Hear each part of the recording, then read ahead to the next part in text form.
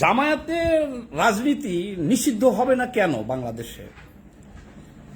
জামায়াতের আমির ডক্টর শফিকুর রহমান, উনি তো জামায়াতের আমির, অর্থাৎ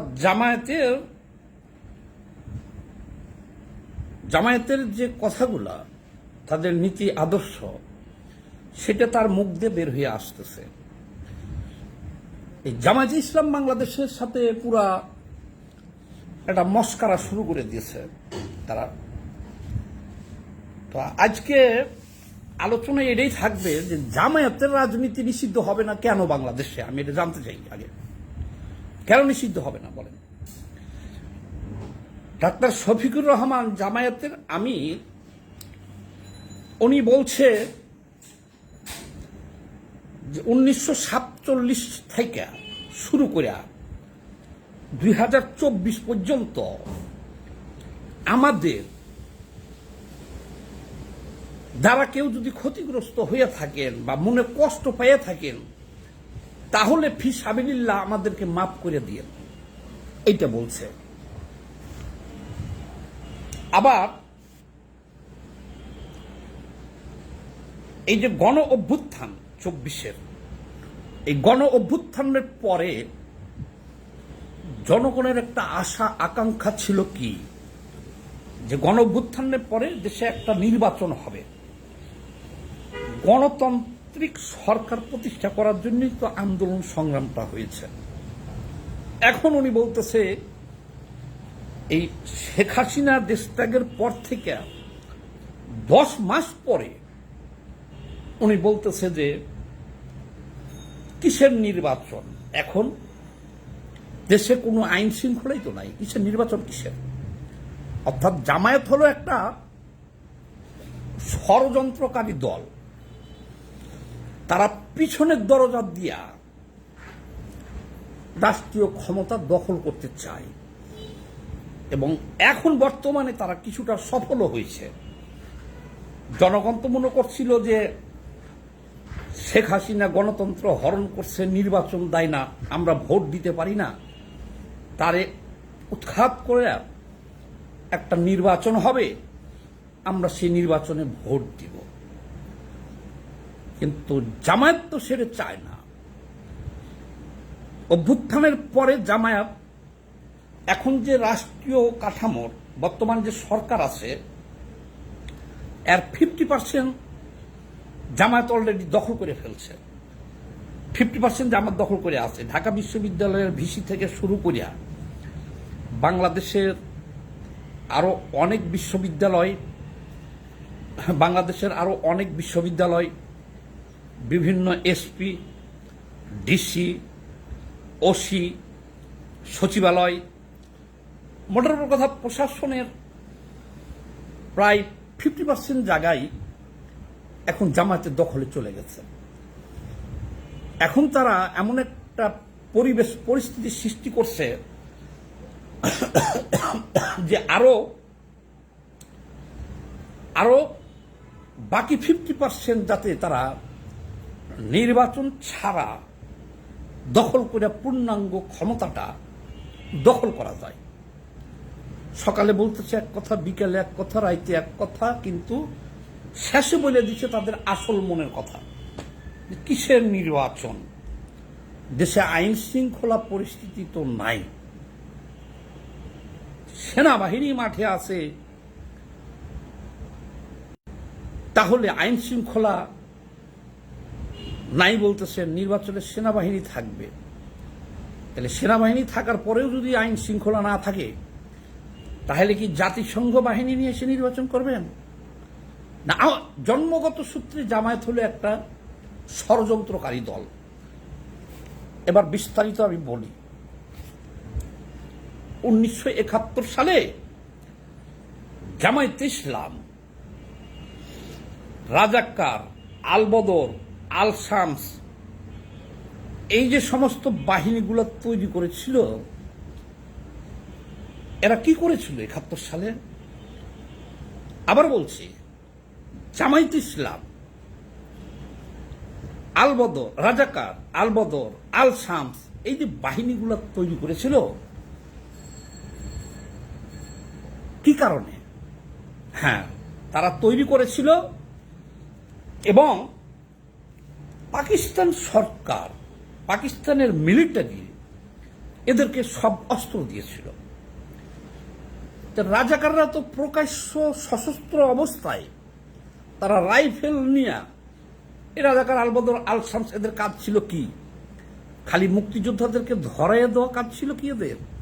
বা আমরা যেটা শুনি বা আপনারা যেটা বলেন যে সুন্দরী মেয়েদেরকে বা মা বোনদেরকে ধরে নিয়ে যে ক্যাম্পে দিয়ে দিত, এইটুকুই কাজ ছিল তাদের?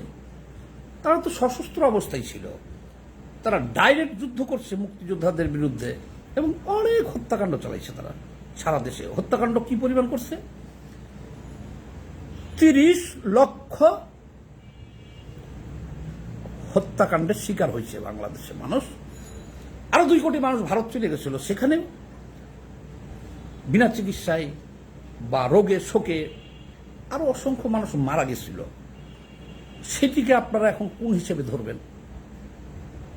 আচ্ছা, এখন তো উস্তা খেয়ে পড়ে মরলেও এটি শহীদ বলা হইতেছে, সেগুলোরা কিভাবে দেখবেন?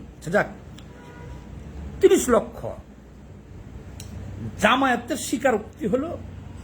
আমি বিভিন্ন ফাংশনে বিভিন্ন প্রোগ্রামে শুনেছি জামায়াতের স্বীকৃতি হলো যে 3 লক্ষ লোক মারা গেছে বাংলাদেশে। শেখ মুজিব 3 লক্ষকে ভুলে 30 লক্ষ বলে ফেলাইছে। ঠিক আছে, আমি ধরলাম, আমি জামাতের কথাই মাইনে নিলাম। মাইনে নিলাম বলতে কি, ওনাদের হিসাব যে সঠিক তা বলছি না, আমাদের হিসাব তো 30 লক্ষ। জামায়াত বলতেছে 3 লক্ষ, মুজিব ভুলে বলছে 30 লক্ষ। তো ঠিক আছে, 3 লক্ষ হত্যাকারী তো তারা, এই 3 লক্ষ লোককে তো তারা হত্যা করছে। তাহলে 3 লক্ষ নারী, শিশু, পুরুষ, আবাল, বৃদ্ধ, বনিতা। আচ্ছা, একবার চিন্তা করুন তো, যদি 3 লক্ষ লোককে মাইয়া এক জায়গায় টাল দেওয়া হয়, কেমন দেখাইব? 3 লক্ষ সংখ্যাটা কি কম? তাহলে 3 লক্ষ স্বীকারোক্তি তো জামায়াত দিতেছে। বলবেন যে জামায়াত তো ওই 3 লক্ষ হত্যা করে নাই, তো কে করছে? জামায়াতের যে সহযোগী জামায়াতরা যেগুলো, এই যেগুলোর নাম বললাম, এদেরকে তো সশস্ত্রভাবে তারা মুভ করছে, যুদ্ধ করছে। কারণ রাজাকারদের কাছে রাইফেল ছিল না, অস্ত্র ছিল না, এরা সরাসরি যুদ্ধ করছে না। তাহলে 3 লক্ষ হত্যার দায়িত্ব জামাত স্বীকার করছে যে 3 লক্ষ হত্যাকাণ্ডের শিকার হয়েছে। তারা সশস্ত্রই ছিল। পাকিস্তানি আর্মি আর তারা কাঁধে কাঁধ মিলাইয়া যুদ্ধ করছে। 3 লক্ষ হত্যার দায়িত্ব ওনারা নিবে গেল। এটা এখানে রাখলাম। 2 নম্বর পয়েন্ট আছে, আওয়ামী লীগকে নিষিদ্ধ করা হয়েছে, তাই না? খুব ভালো কথা। কেন নিষিদ্ধ করা হয়েছে? আওয়ামী লীগ 1000 মানুষকে হত্যাকাণ্ড করছে। আওয়ামী লীগ 2000ই ধরলাম। আওয়ামী লীগ 2000 মানুষকে হত্যা করছে।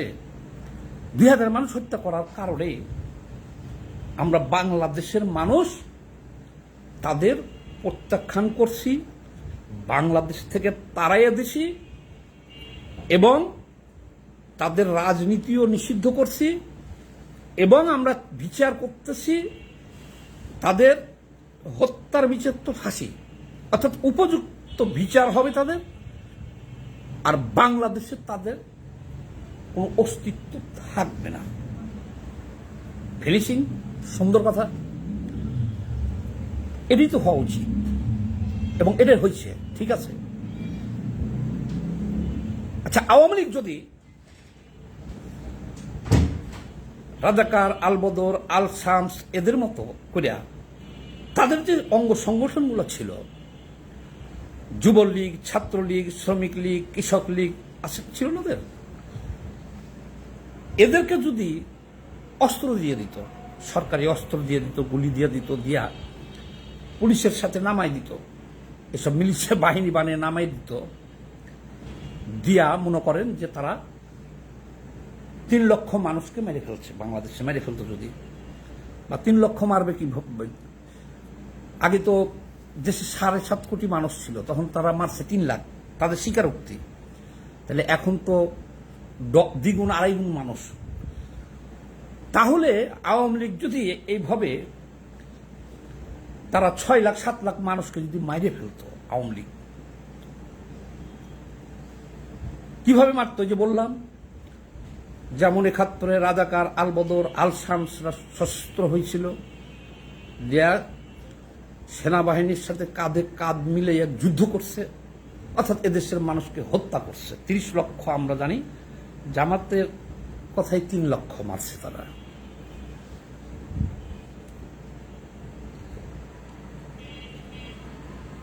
এক 1000 মারার পরে আওয়ামী লীগের পরিণতি কি এটা তো বললামই।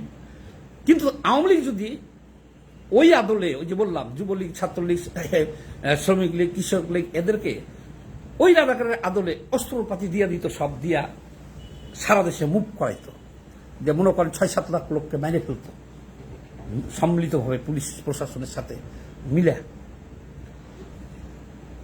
তাহলে কি হইতো আজকে বলেন? 6-7 লাখ লোক মারার পরে ধরেন তারা পরাজিত হয়েছে, হওয়ার পরে পালাইছে, তাদের বিচারটা কি করতাম আমরা? 1000-2000 মারার কারণে যে বিচারটা আমরা করছি বা করতেছি, ওরা যদি 6-7 লাখ লোক যদি আওয়ামী লীগ মেরে ফেলতো, তাহলে কি বিচার করতাম আমরা বলেন? বিচার একটাই করতাম আমার মতে, সারা বাংলাদেশে আওয়ামী লীগ, কৃষক লীগ, শ্রমিক লীগ, জমিক লীগ, এই লীগ, হেই লীগ, ভাই লীগ যা ছিল সবটিকে এতদিন আমরা টোকাইয়া এক জায়গাতে করতাম, করিয়া ফিনিশ। দেখেন, বুঝেন, 1000 হত্যার কারণে আওয়ামী লীগের যে বিচার আমরা করলাম, যে বিচার হচ্ছে, সেই আওয়ামী লীগ যদি 6-7 লাখ লোক ওই 71 যে জামায়াত মারছিল, আলবদর, আল শামস, রাজাকার, এরা আর্মিদের সাথে মিল্লা সবাই হিসাব করে 30 লাখ। জামায়াত বলে বঙ্গবন্ধু লেখাপড়া কম জানতো, ভুলে 3 লাখকে ভরে ফেলছে 30 লাখ, মানলাম 3 লাখ, তার তো 3 লক্ষ মারছে। আওয়ামী লীগ যদি ওই কাম করিয়া 6-7 লাখ লোককে মাইরে ফেলতো জনসংখ্যার ভিত্তিতে বলছে, তাহলে আজকে আমরা কি করতাম? তা তো বললাম, আজকে বাংলাদেশে আওয়ামী লীগ একটা বাচ্চা পর্যন্ত বাংলাদেশে থাকতো না, তাদেরকে ভারতে পাচার করতে পার, না হলে সবকে কি করা হয়তো বুঝছেন, একদম ক্লিন। এটাই হয়তো বাস্তব। 1000-এর রিয়াক্ট আর লাখ লাখ হত্যার রিয়াক্টটা তো এক হইতো না, হয়তো। তাহলে জামায়াত কেন 3 লক্ষ হত্যার পরে তারা এদেশে রাজনীতি করবে? আমাকে এটা বলেন, কিভাবে রাজনীতি করবে তারা? কিন্তু তাদের খাসলত তো বদলাই নাই। আপনার এই জায়গাটা কাটা আছে, কাটা। অনেকে বলে যে কাটা ঘায়ে নুনের ছিটা দিলে কি হয় জানেন? এটা কাটা আছে আপনার, এখন কিন্তু কাটছে, অনেক আগে কাটছে, তো এখানে আপনার ব্যথা বুথা নাই, কাটছেই 100 ব্যথা ছিল, এখন এইভাবে আছে। এই জায়গাটাতে যদি আপনি লবণ ছিটা দেন না, তো ওই ব্যথা আবার চিক্কর পারবে, আয় আয় আয় আয় ব্যথা শুরু হয়ে গেল। কাটা গায়ে নুনের ছিটা। জামায়াতে আমি এখন বলতেছে আমাদের আচরণে যদি 47 থেকে 71 থেকে এই পর্যন্ত 24 পর্যন্ত কেউ মনে কষ্ট পেয়ে থাকেন, তাহলে মাফ করে দিয়ে নিজ গুণে। এটা কত বড় একটা ভণ্ডামি আর কত বড় ধরনের একটা বদমাইশি, এটা বলতে পারেন? আরে আপনি লক্ষ লক্ষ লোককে হত্যার দায় আপনার মাথায়, তাহলে আপনি এতগুলো একটা লোক ধরলাম, আপনি একজন লোককে, আপনাকে বলছি, এই আপনারা যারা আমার এখানে আছেন তাদেরকে বলছি, আপনারা একটা লোককে হত্যা করলেন, করার পরে এখন তার আত্মীয় স্বজনকে আপনি বলছেন যে আমার ব্যবহারে যদি কষ্ট পেয়ে থাকেন মাফ করে দেন। এটা হইল কিছু?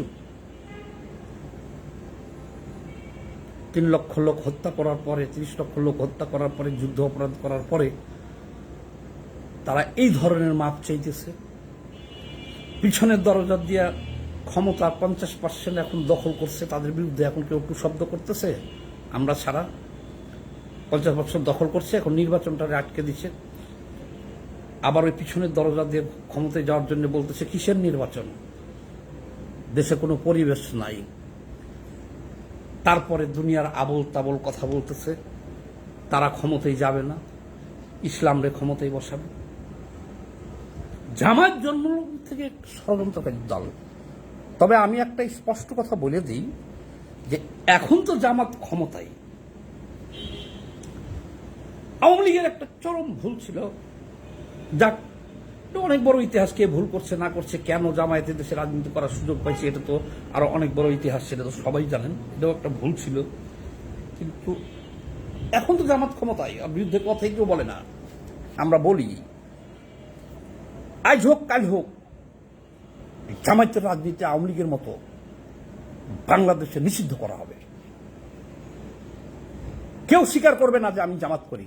আওয়ামী লীগের আমলে তো সবাই যে ছাত্রলীগে ঢুকে গেছিল সব শিবির, সামনে এমন দিনে আসতেছে যে আমি জামাত করি বা আমার বাবা জামাত করত বা দাদা করত, এই কথা কেউ বাংলাদেশে স্বীকার করবে না। আমি চ্যালেঞ্জ করলাম, আগামীতে সেই দিন আসতেছে যে আমি জামাত করি বা শিবির করি বা আমার বাপ করেছে বা দাদা করেছে বা আমার চাচা করেছে, এই কথা বাংলার বুকে এই জামায়াত বলতে পারবে না, কেউ স্বীকার করবে না। সব তখন ফকফকা হয়ে যাবে, বাংলায় কোনো জামাত শিবির থাকবে না। সেই দিনও কিন্তু আবার সামনে আসতেছে। যারা দেখতেছেন আমাকে সবাই এই ভিডিওটা বেশি বেশি করে শেয়ার করে দিয়েন। অ্যাঞ্জেল চাকমা ভাই আমাকে দেখছেন, আপনি স্বাগতম। দীপক চক্রবর্তী আপনাকে স্বাগতম। তানজিম ইসলাম ভাই আপনাকে স্বাগতম।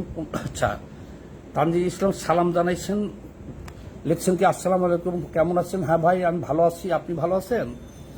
মেহেদি মিন্টু ভাইও দেখছেন, আরো অনেকেই আছেন। আজকে প্রীতম মজুমদার আছে, উনি মাঝে মধ্যেই থাকে। আর এক আপু আমার সবসময় থাকে, নূরজাহান রুমানা। কয়েকদিন পরে এরা বলবে মুক্তিযুদ্ধে 3 লক্ষ লোক মারা গিয়েছিল, মানে 3 জন লোক মারা গিয়েছিল, এটাও স্বাভাবিক, সেই দিকে যাচ্ছে। তারপরে আছে কার্তিক চক্রবর্তী, আমাদের বাংলাদেশের কমিউনিস্ট পার্টি মার্ক্সবাদীর মাগুরা জেলা কমিটির সভাপতি আছেন এখানে, তারেক ইসলাম বিডি। কমরেড আপনাকে লাল সালাম, স্বাগতম। আরও যারা আছেন অনেকেই ভাই, সবাই এই ভিডিওটা একটু বেশি বেশি করে শেয়ার দিয়ে দিয়েন। এখানে দেখেছিলাম আমি কমরেড, আর এক কমরেডকে দেখছিলাম, এখন আবার হারাই গেল, কমরেড হৃদয় খান হারাই গেল। নাসিক তালুকদার, প্রীতম মজুমদার এসে সুন্দর বিশ্লেষণ। আমার এই ভিডিওটা একটু পরে আপনারা পাবেন হলো, আমার একটা চ্যানেল আছে ইউটিউবে, দুইটা চ্যানেল আছে, ভয়েস অফ ফ্যাক্টে পাবেন। সেখানে প্রায় 3 লাখের মতো সাবস্ক্রাইবার আছে, তো ওখানেও দেখতে পারেন সবাই একটু। আর আরও একটা বিকল্প চ্যানেল করে রাখছি, আব্দুল সামাদ সুজন, এটাও একটু আপনারা সাবস্ক্রাইব করে রাখেন। আর ভয়েস অফ ফ্যাক্টের আমার যে ভাইরা আছেন, বন্ধুরা আছেন, আপনাদেরকে সবাইকে অভিনন্দন, লাল সালাম। আপনারা সবসময় আমার ভিডিও অনেক দেখেন, অনেক ভাইরাল হয়, এবং ফেসবুকে যারা আমাকে দেখেন সবাইকে আন্তরিক অভিনন্দন। সাথে থাকুন, আর আমার ফেসবুক পেজটাও একটু লাইক দিয়ে রাখলে পরে আমাকে পাবেন।